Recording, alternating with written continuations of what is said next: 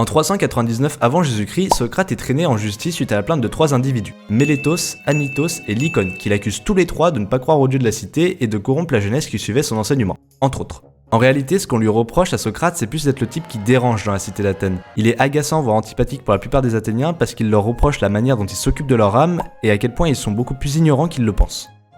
Autant vous dire qu'il s'est pas fait beaucoup d'amis à Athènes, d'où l'origine de cette plainte. Il est donc jugé et pendant son procès, il refusait d'admettre ce qui lui était reproché, et il a même clamé devant les juges être une bénédiction pour la cité d'Athènes. Paye ta classe quoi, le mec il est au tribunal mais il se démonte pas, c'est un vrai bonhomme. Son attitude elle est jugée désinvolte, sans blague, ça fâche les juges qui condamnent Socrate à la peine de mort au lieu de juste le condamner à l'exil. Et cette décision elle affecte ses disciples et plus particulièrement l'un d'entre eux qui répond au nom de Platon.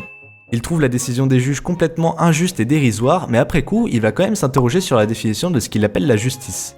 Et de cette interrogation va naître l'ouvrage La République, le premier livre de philosophie politique grecque, rien que ça. Et je vous entends vous poser des questions derrière votre écran. Ah c'est vrai que Socrate il a la classe, mais pourquoi il nous parle de ça? C'est quoi le rapport avec l'anneau?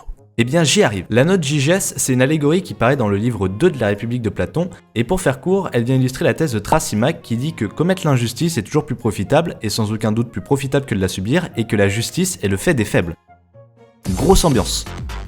Pour lui, le juste correspond à l'intérêt du plus fort, et le plus fort c'est celui qui a le pouvoir. Bon, ok pour le contexte, et l'histoire alors dans tout ça. Eh bien, Gygès est un berger au service du roi de Lydie qui vit paisiblement et de manière juste. Mais un soir d'orage et de séisme, le sol se fend en deux, laissant apparaître devant lui un cheval en cuivre dans lequel Gygès aperçoit un cadavre.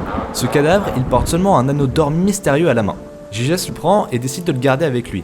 Et un beau jour, lors de l'assemblée habituelle des bergers, il tourne la tête de la bague vers la paume de sa main et devient invisible. Les bergers se mettent à parler de Gygès comme s'il n'était pas là, et le paysan réalise à ce moment-là le pouvoir qu'il détient littéralement dans le creux de sa main. Il s'arrange donc pour faire partie des messagers qui partent au palais royal, et une fois là-bas, il se met à séduire la reine grâce à son pouvoir, complote avec elle pour assassiner le roi, et réussit à se hisser sur le trône. On parle donc d'un homme dont on nous garantit la bonne foi, qui respecte depuis toujours les règles qui lui sont imposées, mais qui n'hésite pas à enfreindre la loi une fois qu'il en a le pouvoir. Et ça, c'est pas cool. Gygès fait donc quelque chose de profondément injuste au détriment de ce qui est juste, car ça lui est plus favorable. Il aurait jamais fait ça s'il n'avait pas gardé l'anneau, ou si jamais il ne l'avait jamais découvert. Mais je vois que ce mythe ne laisse pas tout le monde indifférent, et plus particulièrement les fans de Tolkien qui s'agitent derrière leur écran depuis le début. Alors, vous l'aurez certainement deviné, mais le Seigneur des Anneaux est en grande partie inspiré de cette histoire. Et ouais, désolé. Ce qui a tant plu à Monsieur Tolkien, c'est l'idée de la tentation du mal, du fait qu'on peut corrompre la personne la plus pure en lui donnant le pouvoir. L'anneau unique a été forgé par Sauron, le Seigneur des Ténèbres en personne, et tente quiconque le possède de faire le mal. C'est une source de tentation du pouvoir infiniment grande dans le Seigneur des Anneaux, et le seul moyen de s'en débarrasser, c'est de détruire l'anneau. La morale avec de gros guillemets qu'on peut tirer de ce mythe, c'est que tout homme qui a la possibilité de commettre une injustice en toute impunité, la commet.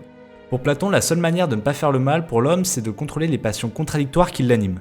En revanche, il dit qu'un homme détenant tous les pouvoirs ne pourra pas faire le bien, c'est impossible.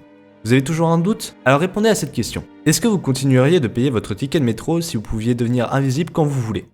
J'en suis pas sûr, mais bon, je vous laisse avec votre bonne conscience. Je vous remercie d'avoir regardé cet épisode. Vous pouvez toujours laisser un pouce bleu et vous abonner, et même activer la cloche si l'envie vous en prend. Et moi je vous dis à bientôt pour un prochain épisode. Portez-vous bien!